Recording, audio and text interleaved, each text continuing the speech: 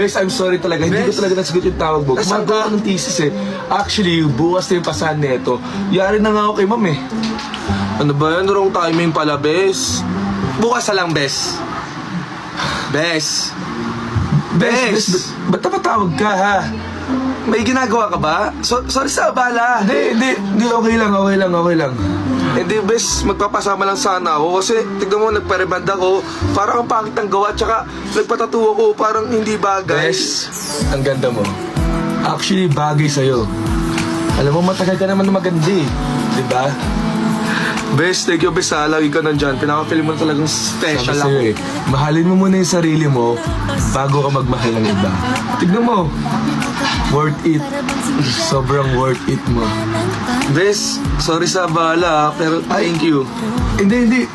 Okay lang to. May extend pa naman ni ma'am to, diba? Bes, talaga bang bagay sa akin?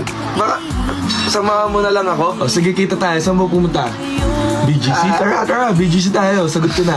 Nakakaya Papakilala naman. ko sa mga friends ko. Sige. Bye-bye. Bye-bye.